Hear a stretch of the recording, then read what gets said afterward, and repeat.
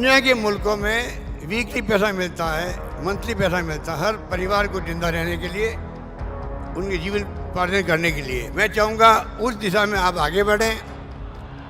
अब आपने कुछ सुना होगा, जैसे कुछ लोग उपदेश देते हैं कि आटा पहले कि डाटा पहले, सड़क पहले कि सैटेलाइट पहले। लोकतंत्र में दुश्मनी तो होती नहीं आपस के अंदर, विचारधारा की लड़ाई है, सबको अधिकार अपनी बात कहने का। कुछ लोग ऐसी विकृत विचारधारा के शिकार हो चुके हैं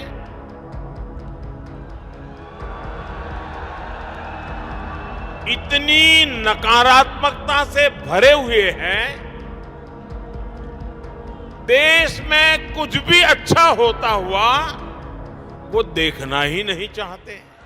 दुनिया के मुल्कों में वीकली पैसा मिलता है, मंथली पैसा मिलता है हर परिवार को जिंदा रहने के लिए, उनके जीवन पालन करने के लिए। मैं चाहूँगा उस दिशा में आप आगे बढ़ें और right to social security act बनाएं और एक राइट टू हेल्थ, स्वास्थ्य का अधिकार सबको मिले, स्वास्थ्य का अधिकार सबको मिले। देशवासियों को बहुत कॉस्टली इलाज हो गया आजकल, प्राइवेट के अंदर भी दवाएं बहुत महंगी है। नेक्सस पूरा मैं उस पर नहीं जाना चाहता, पर ये काम बड़े इम्पोर्टेंस रखते हैं। पर धीरे धीरे सिलेंडर की कॉस्ट बढ़ती गई, पेट्रोल डीजल के बढ़ने के साथ साथ हमने अभी 500 रुपये में सिलेंडर देने का प्रयास किया, जिससे कि उज्ज्वला योजना के जो लाभार्थी है सिर्फ उन्हीं को दे रहे हम लोग, कम से कम उनको कोई राहत मिल सके। आप भी इस दिशा में सोच सकते हैं। इसलिए मैं आपको लंबी बात नहीं कहता हुआ आपको मैं पुनः आपका मैं यहाँ हार्दिक स्वागत करता हूँ।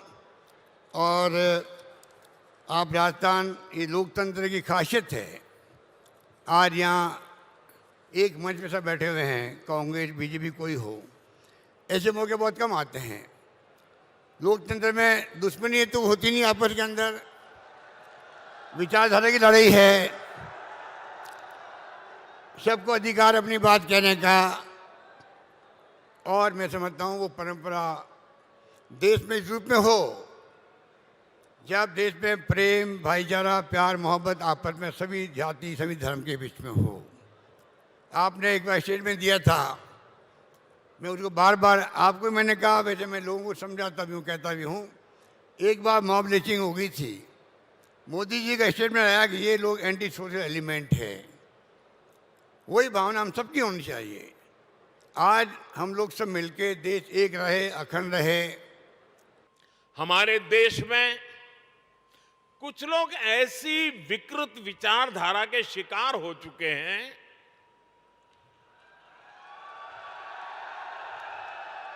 इतनी नकारात्मकता से भरे हुए हैं, देश में कुछ भी अच्छा होता हुआ वो देखना ही नहीं चाहते और उन्हें सिर्फ विवाद खड़ा करना ही अच्छा लगता है। अब आपने कुछ सुना होगा, जैसे कुछ लोग उपदेश देते हैं कि आटा पहले कि डाटा पहले, सड़क पहले कि सैटेलाइट पहले।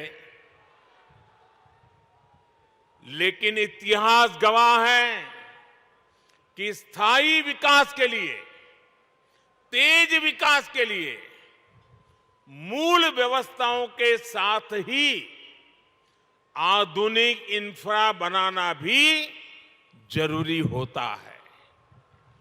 जो लोग कदम कदम पर हर चीज वोट के तराजू से तोलते हैं, वो कभी देश के भविष्य को ध्यान में रखकर योजना नहीं बना पाते।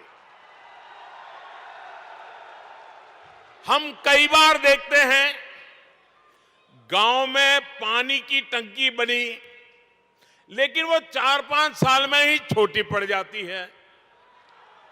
कितनी सड़कें या फ्लाईओवर ऐसे होते हैं जो 4-5 साल में अपर्याप्त लगने लगते हैं।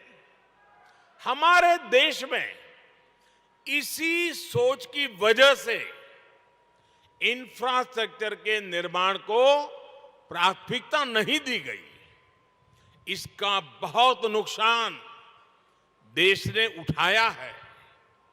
अगर पहले ही मान लीजिए पर्याप्त संख्या में मेडिकल कॉलेज बन गए होते तो पहले देश में डॉक्टरों की इतनी कमी नहीं होती।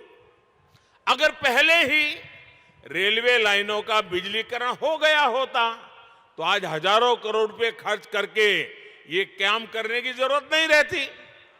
अगर पहले ही हर घर तक नल से जल आने लगता तो आज 3.5 लाख करोड़ रुपए लगाकर जल जीवन मिशन नहीं शुरू करना पड़ता। नकारात्मकता से भरे हुए लोगों में ना दूरदृष्टि होती है और ना ही वो राजनीतिक स्वार्थ से ऊपर उठकर कुछ सोच पाते हैं। आप सोचिए, अगर नाथद्वारा की जीवन रेखा कहे जाने वाले नंद समंद बांध या टांटोल बांध नहीं बने होते तो क्या होता। और हम तो राजस्थान और गुजरात के लोगों के जुबान पे लाखा बंजारा का नाम बार बार आता है। हम लाखा बंजारा की चर्चा करते हैं। पानी के लिए लाखा बंजारा ने अपना जीवन खपा दिया था।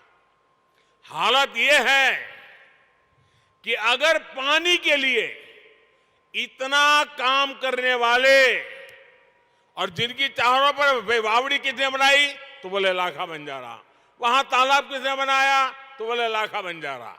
ये गुजरात में भी बोला जाता है, राजस्थान में बोला जाता है। मतलब हर एक को लगता है भाई पानी की समस्या का समाधान कोई करता था तो लाखा बंजारा करता था। लेकिन आज हालत यही है कि यही लाखा बंजारा चुनाव में खड़ा हो जाए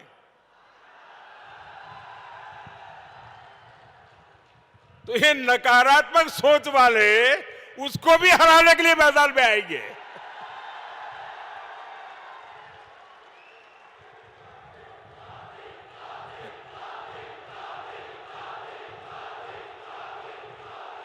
उसके लिए भी पॉलिटिकल पार्टियों का जमघट इकट्ठा करेंगे।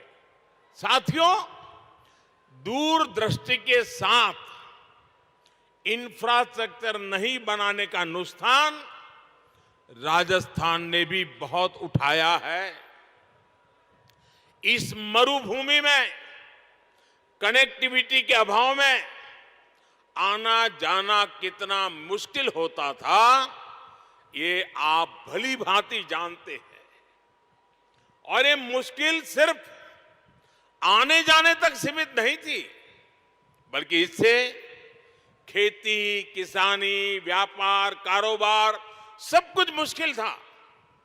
आप देखिए, प्रधानमंत्री ग्रामीण सड़क योजना साल 2000 में अटल जी की सरकार ने शुरू की थी।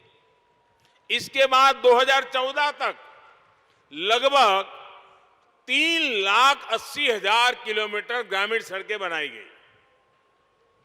बावजूद उसके देश के लाखों गांव ऐसे थे जहां सड़क संपर्क से कटे हुए थे।